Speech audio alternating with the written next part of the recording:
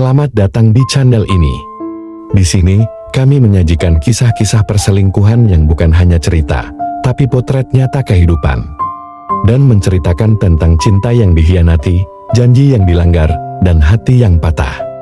Ikuti setiap kisahnya.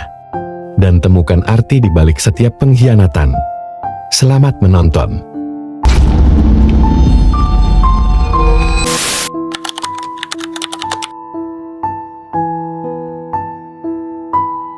Baru saja pindah ke desa, membawa janji pembangunan dan wibawa politik, namun menyembunyikan rahasia besar bersama Za. Tinggal bersama Za, seorang janda muda cantik, keduanya tampak akrab, meski tanpa ikatan resmi pernikahan mengikat. Warga awalnya hanya berbisik, melihat kedekatan mereka sehari-hari, mempertanyakan hubungan yang seolah tanpa batasan jelas. Hari demi hari, dan Za makin mesra, pulang bersama, belanja bersama, hingga menimbulkan kecurigaan warga sekitar. Za dikenal sederhana, hidup sendirian setelah suaminya meninggal, tapi tiba-tiba sering bersama yang berstatus pejabat.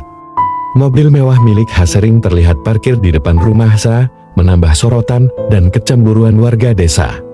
Malam hari, rumah Za selalu terang, terdengar suara tawa dan Za, seolah mereka tinggal bersama tanpa malu. Kecurigaan warga memuncak ketika beberapa kali bermalam di rumah Za, meninggalkan rumah dinasnya di kota. Warga merasa resah, sebagian menyebut aib, sebagian merasa muak. Pejabat seharusnya memberi teladan, bukan mempermalukan kampung. Obrolan warung kopi dan POS ronda semakin ramai, membicarakan tingkah dan Za yang terlihat mencurigakan. Ketua RT sempat menegur dengan halus, namun jawaban selalu singkat, seakan hubungan itu hanya sebatas teman. Sampai suatu malam, warga sepakat melakukan penggerebekan karena perilaku dan Za semakin keterlaluan dipandang. Puluhan warga berkumpul diam-diam, membawa senter, kamera ponsel, menuju rumah Za dengan perasaan curiga dan panas. Pintu diketuk keras, Za tampak gugup, wajahnya pucat, sementara muncul dari dalam rumah dengan panik. Suasana hening berubah riklem. Warga berteriak menuduh mereka hidup serumah tanpa ikatan pernikahan di mata agama.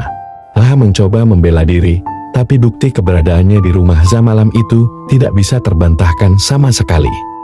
Beberapa warga menyalakan kamera ponsel, merekam isi ruangan, memperlihatkan pakaian dan barang pribadinya di rumah. Za menangis, wajahnya dipenuhi air mata, namun warga mendesak keduanya memberi penjelasan secara terbuka di depan.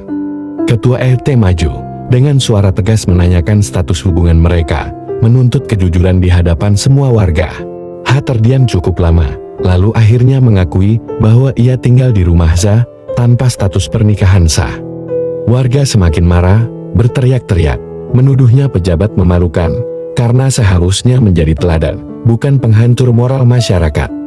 Tanpa kompromi, warga menyeret dan Za keluar, memaksa mereka berjalan, mengelilingi kampung sebagai hukuman sosial. Malam itu ricul, ratusan mata menyaksikan dan Za diarak keliling desa, menunduk malu diiringi sorakan. Keesokan paginya, warga bersuara bisik-bisik berubah jadi teriakan. Warga melampiaskan amarah dan kekecewaan atas perbuatan mereka. Za menangis sepanjang jalan, sementara mencoba menjaga wibawa, meski wajahnya jelas penuh ketakutan dan rasa malu. Setelah diarak, mereka dibawa ke balai desa, duduk di depan tokoh masyarakat, aparat desa, dan warga. Suasana mencekam, semua mata tertuju pada dan Za, menunggu kejelasan sekaligus hukuman yang pantas diberikan. Warga mendesak dibuat surat pernyataan damai, janji tertulis bahwa mereka tidak akan mengulangi perbuatan tercela itu. Ketua RT menyiapkan kertas, pena, meminta dan Za menandatangani pernyataan bahwa tinggal bersama harus dihentikan. Awalnya keberatan, mencoba berargumen, tapi desakan warga semakin kuat, membuatnya tak punya pilihan sama sekali. Dengan tangan bergetar, menulis pernyataan, menyatakan akan berhenti tinggal bersama Za tanpa status pernikahan sah. Za meneteskan air mata saat menandatangani, merasa terjebak antara cinta, kenyamanan, dan tekanan sosial yang menghantam. Surat pernyataan dibacakan keras-keras di hadapan warga yang berkumpul di balai desa malam itu penuh. Sorak-sorai warga meledak, sebagian lega karena ada kepastian, sebagian lain tetap menyimpan rasa muak mendalam. Kabar menyebar luas, rekaman video arak-arakan beredar cepat melalui media sosial masyarakat. Berita tentang H tinggal serumah dengan Z tanpa status pernikahan segera viral, menjadi konsumsi publik seluruh negeri. Nama baik H runtuh seketika, partai politik yang menaunginya pun ikut dipermalukan dengan skandal memalukan itu. Keesokan hari, surat kabar Lokan memuat berita besar, lengkap dengan foto arak-arakan H dan Z terpojok. Keluarga H di kota Pul terkena imbas, istri dan anaknya merasa hancur, malu, serta kehilangan harga diri. Warga desa merasa puas, meski masih menyisakan luka, karena mereka berhasil menegakkan aturan sosial bersama-sama. Suasana desa perlahan tenang kembali, meski cerita tentang skandal H dan Z tetap menjadi kenangan pahit. KETUART menegaskan aturan berlaku sama, pejabat atau rakyat biasa, semua setara di mata masyarakat desa. H kini jarang terlihat di desa, lebih sering menghilang ke kota, menutupi rasa malu mendalam. Kisah mereka jadi pelajaran, status sosial tak bisa melindungi jika perbuatan mencederai norma dan moral masyarakat. Warga sepakat, kehormatan kampung harus dijaga, siapapun yang melanggar pasti akan menerima konsekuensi setimpal.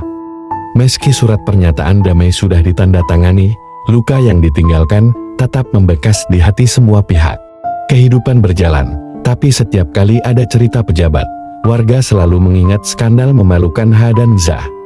Sa hidup dengan rasa sesal, H dengan reputasi hancur, sementara desa menyimpan kenangan pahit dari peristiwa itu.